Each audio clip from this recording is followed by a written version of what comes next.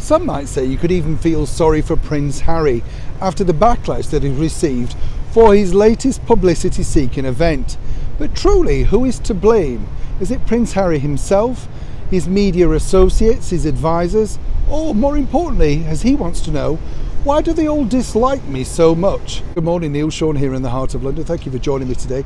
This story really centres on the fact that Prince Harry, despite spending thousands and thousands of pounds on advisors, apparently the very best in the business, seemingly can't get the right level of PR. And it's interesting, isn't it, when you think about Prince Harry himself, because, you know, he was revered over here. People liked him. He was seen as the fun, popular prince. Who remembers this particular video here where he sat down with our gracious Majesty the Queen? And remember, they did the sort of Zoom phone call chat with the Obamas, you know, and that was great fun. And it just proved how much our gracious Majesty the Queen liked and adored her grandson, because she was willing to go along with that very funny skit. But of course, fast forward a few years and perhaps she'd be rethinking if he asked her again. This all really centres on a recent video that Prince Harry released in the public domain about a week ago now, where he was dressed fully in orange. Now, a lot of people are saying that he was being disrespectful to the Netherlands and their royal family. No, that's not really the case.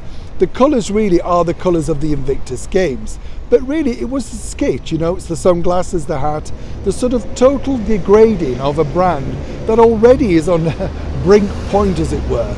But Prince Harry thought, even though a lot of people made some suggestions to him about possibly refilming it, and we have to say as ever, allegedly, he thought it was great. He thought that this was going to put him back in the public eye as a fun-loving party prince. Of course, when it was released, the backlash kicked in. Now, of course, his advisors around him will say it doesn't matter what he does, you know, people are negative.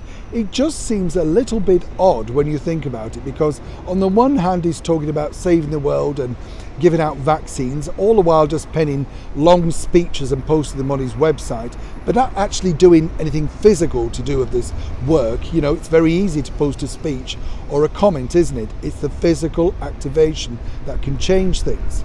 Now though, Harry, as we now know, has decided to ditch turning up for the memorial of his late grandfather, Prince Philip, to go over to the Invictus Games. Rightly so, he's wasted a couple of years. He wanted to get this going way back before the pandemic started. But even over in the Netherlands, where I have great contacts, they do think it's rather strange in the way that he's decided to try and promote his forthcoming visit. So much so, he's now seen as something of a joke, but for all the wrong reasons. However, for Prince Harry himself, he thinks that's truly his best comedic work, following on from the ball juggling outside the door on Meghan Markle's 40x40. But for everyone else, who's going to be brave enough to say to him, this is simply the wrong PR at the wrong time, and more importantly, it's going to be damaging you in the future? For now, Prince Harry's laughing, but is everybody laughing with him or at him? Neil Sean in the very heart of London.